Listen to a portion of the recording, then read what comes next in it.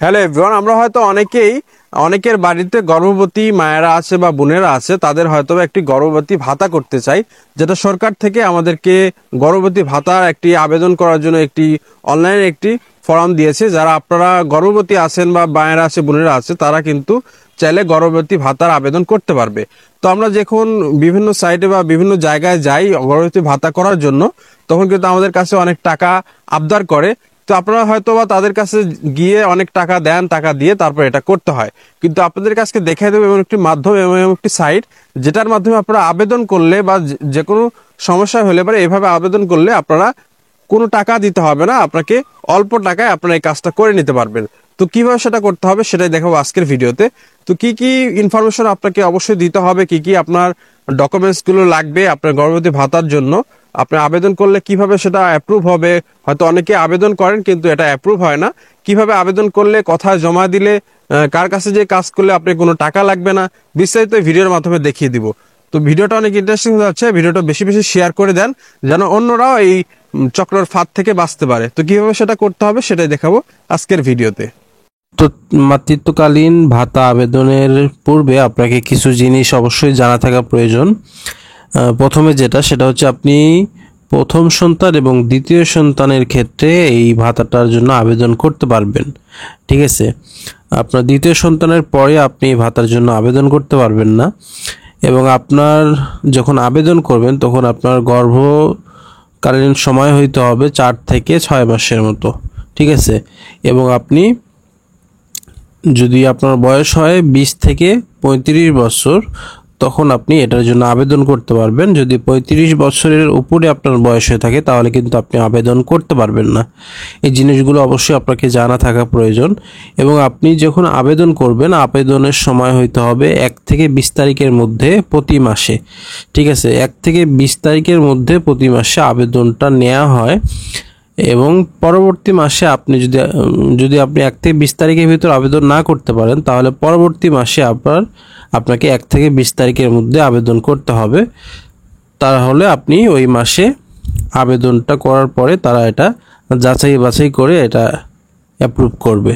ঠিক আছে, এবং আপনি যখন আবেদন করবেন তখন অবশ্যই আপনাকে কিন্তু আপনার যে ইউনিয়ন পরিষদ আছে, সেখানে কিন্তু একটা স্বাস্থ্য কমপ্লেক্স আছে, সেখান থেকে আপনাকে স্বাস্থ্য আপার কাছ থেকে আপনাকে একটা কার্ড সংগ্রহ করতে হবে। সেটা হচ্ছে টিকা কার্ড, যে আপনি যে আসলে গর্ভবতী এটার প্রুফ নিতে হবে এবং সেটা কিন্তু সেখানে দিতে হবে। সেটা দেখতে কেমন আমি যদি আপনাকে একটু দেখাই, সেটা দেখতে এমন দেখাবে। এরকম একটি কার্ড আপনাকে দিবে, এখানে তথ্য আপার সাইন থাকবে। সেখানে যাওয়ার পরে আপনাকে হয়তো কিছু ওষুধ দিতে পারে এবং এই কার্ডটা সেখান থেকে সংগ্রহ করতে হবে। এবং আপনি দেখতে পারবেন আবেদনের ক্ষেত্রে আমি আপনাদেরকে যেটা বলবো, আপনারা কিভাবে আবেদন করলে এটা অ্যাপ্রুভ হইতে পারে বা কোথায় গেলে আপনি টাকা ছাড়া করতে পারবেন, সেই বিষয়গুলো আপনাকে আমি এখন জানাই দিব। তো তার আগে বলি, এটা কিন্তু কার্ডটা সংগ্রহ করতে হবে এবং আপনার জন্ম নিবন্ধন থাকতে হবে এবং জন্ম নিবন্ধনটা অনলাইন হইতে হবে। ঠিক আছে, অনলাইন জন্ম নিবন্ধন হইতে হবে। এবং আপনি যখন আবেদন করবেন তখন আপনার তথ্যগুলো সেখানে তো দিয়ে দিবে।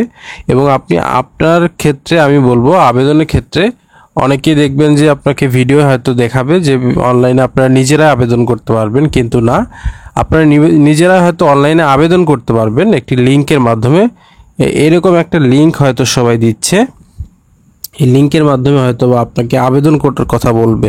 কিন্তু আপনি লিঙ্কের মাধ্যমে যদি আবেদন করেও থাকেন, আবেদনের পরে যে আবেদনের যে একটা কপি থাকে সেটা তখন কিন্তু তারা ডাউনলোড করে আপনাকে প্রিন্ট করে দিবে। কিন্তু আপনি যদি নিজে আবেদন করেন তাহলে কিন্তু সেটা ডাউনলোড করতে পারবেন না, প্রিন্টও করতে পারবেন না, সেটা আপনারা ইউনিয়ন পরিষদে জমাও দিতে পারবেন না। তো আপনি যদি সেখান থেকে ডাউনলোড করে সেই প্রিন্ট কপিটা যদি জমা দিতে না পারেন তাহলে কিন্তু আপনার ওখানে কাজ হবে না। এই জন্য আপনাকে কি করতে হবে, আপনার ইউনিয়ন পরিষদে যে কম্পিউটার ঘর আছে সেখানে গিয়ে 100 টাকা দিয়ে আপনাকে আবেদন করে সেই কপিটা ডাউনলোড করে তারা ফটোকপি আপনাকে দিবে, সেটা আপনাকে নিতে হবে। এবং আপনার পাসপোর্ট সাইজের ছবি লাগবে। হ্যাঁ, এবং আপনাকে যেটা করতে হবে, আপনাকে আগে আপনার সিমে নগদ অথবা বিকাশ অ্যাকাউন্ট আপনার নিজের নামে থাকতে হবে, সেই অ্যাকাউন্টটা খুলে নিতে হবে। ওকে, তো খোলার পরে আপনার এই যে ইনফরমেশনগুলোর কথা বললাম, আপনার কার্ড নিতে হবে গর্ভকালীন, যে আপনার 6 মাস বা আপনি আসলে গর্ভবতী কিনা তার জন্য আপনাকে ইউনিয়ন পরিষদে যে আছে সেখান থেকে আপনাকে কার্ড নিতে হবে, আপনার জন্ম নিবন্ধন অনলাইন হইতে হবে এবং আপনার এই ইনফরমেশনগুলো দিতে হবে। এবং অনেক ক্ষেত্রে দেখা যায় যে আবেদন করতে চাচ্ছে সে হয়তো বা আছে এক জায়গায়, কিন্তু সে সেখানকার ভোটার না, সে অন্য জায়গার ভোটার। সেটার জন্য কোনো সমস্যা হবে না।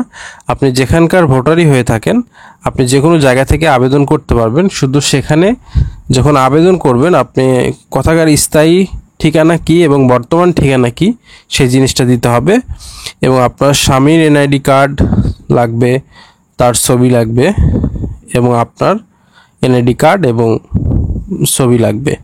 ঠিক আছে, তো এই জিনিসগুলো আপনারা সংগ্রহ করে তারপরে আপনারা আবেদন করবেন কোথায়, এবং কোথায় থেকে করলে পরে আপনার হয়তো খরচ লাগবে না, যদি লাগে সে তো খুবই কম লাগবে। তো অনেক ক্ষেত্রে দেখবেন যে আপনাদের এলাকার অনেকেই বলবে যে আপনাকে 5,000 টাকা দিলে পরে এটা করে দিবে। কিন্তু এটা আপনি যদি টাকা ছাড়া করতে চান তাহলে অবশ্যই আপনাকে চেয়ারম্যানের সঙ্গে যোগাযোগ করতে হবে। তারা হয়তো বা আপনাকে ফ্রিতে এটা করে দিবে। কিন্তু এটা কিন্তু পাওয়ার যোগ্য শুধু দরিদ্ররা, কিন্তু এটা সবাই আবেদন করে। আপনার এলাকার যে চেয়ারম্যান আছে সেখানে যোগাযোগ করে আপনি এটা জমা দিবেন তার হাতে। ঠিক আছে, এবং সেখানে যদি টাকা লাগে তাহলে আমি বলবো আপনাদের যে উপজেলা আছে সে উপজেলায় যে আপা আছে তার কাছে গিয়ে এটা জমা দিতে পারবেন। ঠিক আছে, কিন্তু এখান থেকে দেওয়ার চেষ্টা করবেন।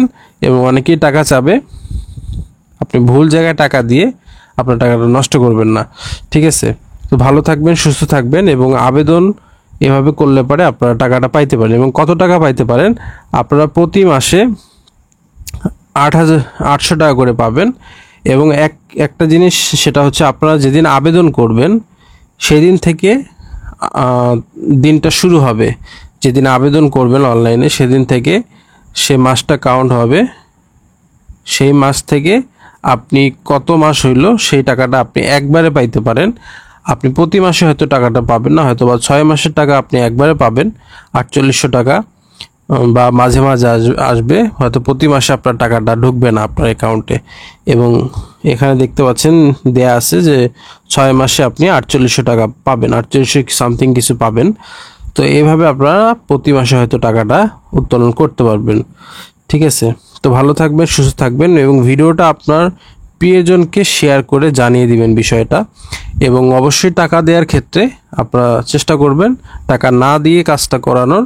আপনাদের এলাকার যে চেয়ারম্যান আছে তার মাধ্যমে কাজটা করে নেওয়ার চেষ্টা করবেন। ভালো থাকবেন, সুস্থ থাকবেন। আসসালামু আলাইকুম।